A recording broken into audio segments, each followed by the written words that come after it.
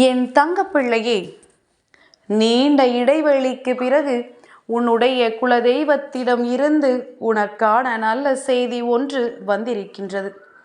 என் தங்கமே, அதுவும் அந்த செய்தியானது உன்னுடைய வாழ்க்கை சம்பந்தமானது. உன்னுடைய வாழ்க்கை சம்பந்தப்பட்ட ஒரு விஷயத்தை உன் குலதெய்வம் உன்னிடத்தில் சொல்ல ஓடோடி வந்திருக்கிறது என்றால் அதை நீ அத்தனை சுலபமாக விட்டுவிடக்கூடாது. அதை கவனிக்காமலும் இருந்து விடாதே. சில அடையாளங்களை கொண்ட ஒரு நபரை நீ உன்னுடைய வாழ்க்கையில் சேர்த்து விடக்கூடாது என்றும் உன்னிடத்தில் சொல்வதற்காக வந்திருக்கின்றார்கள். அப்படி என்றால் என் பிள்ளை, அதிக கவனத்தோடு இருக்க வேண்டிய கட்டாயம் இப்பொழுது உன் வாழ்க்கையில் இருக்கின்றது. என் தங்கமே, இந்த வாழ்க்கையில் எந்த விஷயம் உன் மனதிற்குள் அதிகமான வேதனையை ஏற்படுத்தி இருந்ததோ அந்த விஷயத்தில் நீ இப்பொழுது சில முடிவுகளை எடுக்க வேண்டிய கட்டாயத்தில் இருந்து கொண்டிருக்கின்றாய். தொட்டதெல்லாம் தடங்கல்கள். அதுவும் உன்னால் ஏற்படுவதில்லை, மற்றவர்களால் ஏற்படுகின்றது. என் பிள்ளையே, நான் சொல்கின்ற ஒரு அடையாளம் அது நானாக சொல்லவில்லை. உன்னுடைய குலதெய்வமாக என்னிடத்தில் வந்து சொன்ன விஷயம். அவர்கள் சொல்லும் பொழுது உன் அம்மா நானும் புரிந்து கொண்டேன் அது உண்மை என்று. என் பிள்ளையே, என்னென்ன விஷயங்கள் உன் வாழ்க்கையில் நடந்து கொண்டிருக்கின்றதோ அந்த விஷயங்களை எல்லாம் என் பிள்ளை நீ உன்னுடைய வாழ்க்கையில் உனக்கு சரியானதை செய்து தவறானவற்றை விலக்கி வைப்பதுதானே உனக்கு நல்லது. அப்படி இருக்கும் பொழுது உன் அம்மா நான் சொல்வதை நீ சரியாக புரிந்து கொள்ள வேண்டும். என் குழந்தையே, உன்னுடைய வாழ்க்கையில் உனக்கென்று இருக்கின்ற சில விஷயங்களில் நீ எடுக்கின்ற சில முடிவுகள் சில நேரங்களில் தவறாகி விடுகின்றது. சில நேரங்களில் உன்னை சுற்றி இருப்பவர்களாலேயே உன்னால் அந்த முடிவுகள் எல்லாம் தவறாக எடுக்கப்படுகின்றது. உண்மை என்னவென்று சொல்லவா? என் பிள்ளையே, ஒரு காரியத்தை நீ செய்ய தொடங்குகின்றாய். இன்னொருவர் சம்பந்தம் அதில் இருக்கின்றது. ஆனால் நீ செய்ய நினைக்கின்ற இந்த விஷயத்தை சரியாக செய்ய விடாமல் அவர்கள்தான் தடுக்கின்றார்கள். அவர்களினுடைய முழுமையான நோக்கமும் உன் வாழ்க்கை நன்றாக இருக்க வேண்டும், நீ நினைத்த விஷயத்தை அடைய வேண்டும் என்பதில் அல்ல. மாறாக உன்னுடைய வாழ்க்கையில் அவர்கள் உனக்கு இருக்கின்ற பணத்தை மட்டுமே தன்னுடைய குறிக்கோளாக வைத்திருக்கின்றார்கள். நீ கஷ்டப்பட்டு சேர்த்து வைத்ததை அவர்கள் கஷ்டமே படாமல் உன்னிடத்தில் இருந்து எடுத்து கொள்ளலாம் என்று நினைக்கின்றார்கள். யாரொருவர் இது போன்ற எண்ணத்தோடு பணத்தை மட்டுமே மையமாக வைத்துக்கொண்டு உன்னிடத்தில் பழகுகின்றார்களோ அவர்களிடத்தில் என் பிள்ளை நீ அதிக கவனத்தோடு இருக்க வேண்டும். அவர்களிடத்தில் என் குழந்தை எந்த விதமான முன்னெச்சரிக்கையும் இல்லாமல் பழகாதே.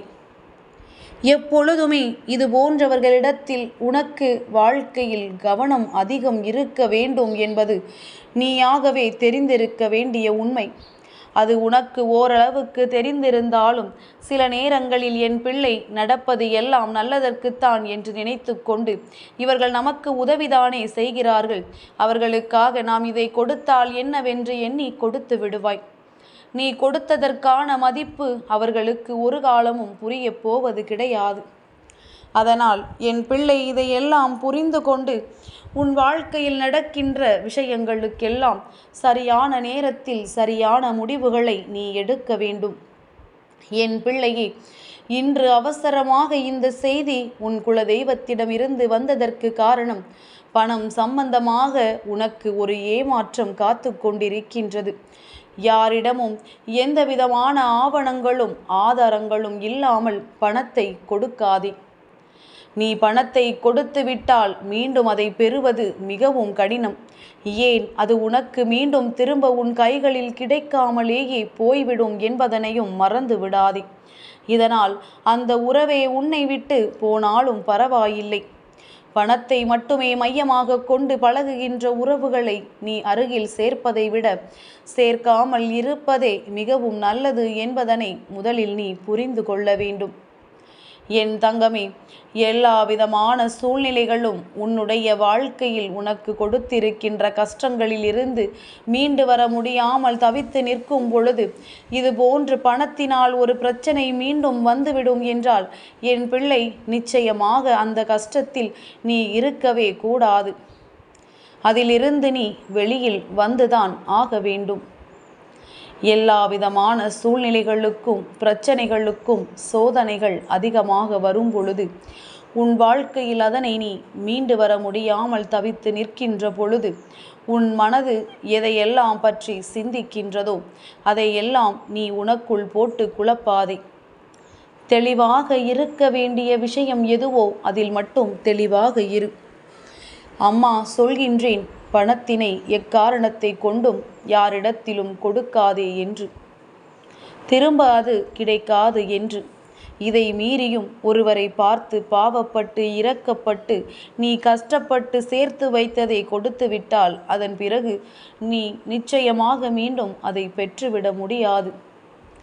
என் தங்கமே, உன்னுடைய குலதெய்வம் இதனால் மிகுந்த மனவேதனையில் இருந்து கொண்டிருக்கின்றார்கள். என்னுடைய பிள்ளைகளே, ஒருவருக்கொருவர் இப்படி பண விஷயத்தில் ஏமாற்றுவதற்கு துணிந்து விட்டார்களே என்று. அது மட்டுமல்லாமல் அவர்கள் உனக்கு கொண்டு வந்திருக்கின்ற நல்ல செய்தி என்ன தெரியுமா? உன் வாழ்க்கையில் இது போன்று இருக்கின்ற மனிதர்களை அடையாளம் காட்டி தருவதாகவும், இனிமேல் இவர்கள் உன் வாழ்க்கையை விட்டு சென்று விட்டால் இனி உன்னுடைய வாழ்க்கையில் எப்பொழுதுமே இது போன்ற சூழ்நிலைகள் உருவாகாது. இந்த மனிதர்களை நீ சரியாக புரிந்து கொள்வாய்.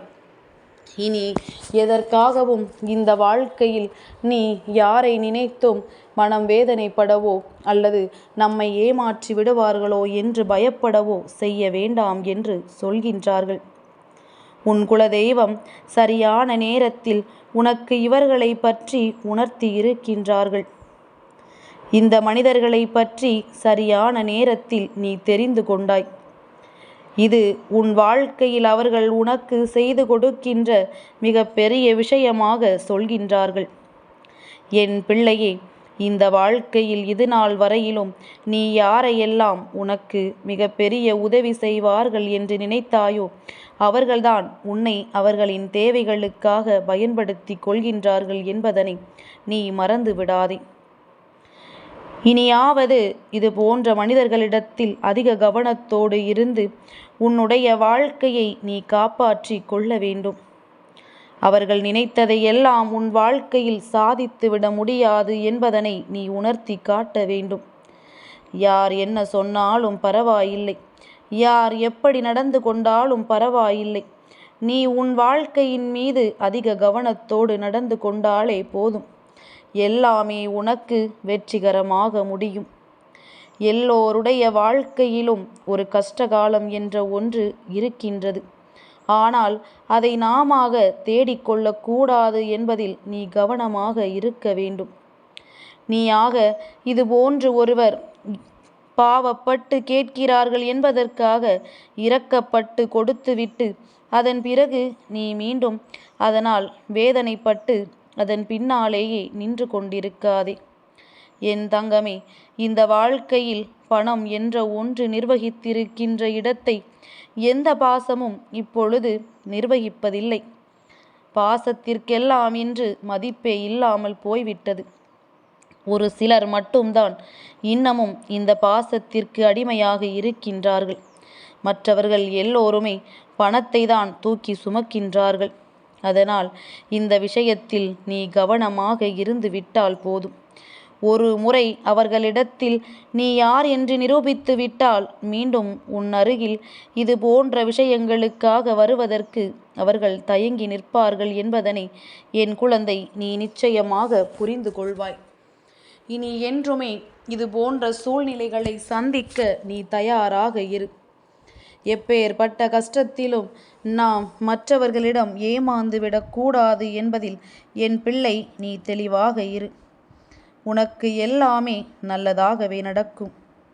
உன்னுடைய நல்ல மனதிற்கு உன்னை ஏமாற்ற துணிந்தவர்கள் நிச்சயமாக இன்னொருவரிடம் ஏமாந்து போய்விடுவார்கள் என்பதிலும் எந்த ஒரு மாற்று கருத்தும் கிடையாது. என் பிள்ளையே, இது போன்ற ஒரு சூழ்நிலையை இன்று உன் குலதெய்வம் உன்னிடத்தில் சொல்ல வந்ததற்கு மிக முக்கியமான காரணம் உன் வாழ்க்கையில் இப்பொழுது நடந்து கொண்டிருப்பது இதை சார்ந்துதான் என்பதனை நீ உணர்ந்து கொண்டால் போதும். நீ எப்பொழுதுமே கவனத்தோடு இருந்து உன் வாழ்க்கையில் உனக்கானதை சரியாக நீ கைப்பற்றிக்கொள். மற்றபடி எல்லாமே உனக்கு நல்லதாகவே நடக்கும். என் தங்கப்பிள்ளைக்கு இந்த வராகி அம்மாவினுடைய ஆசீர்வாதங்கள் எப்பொழுதும் உண்டு.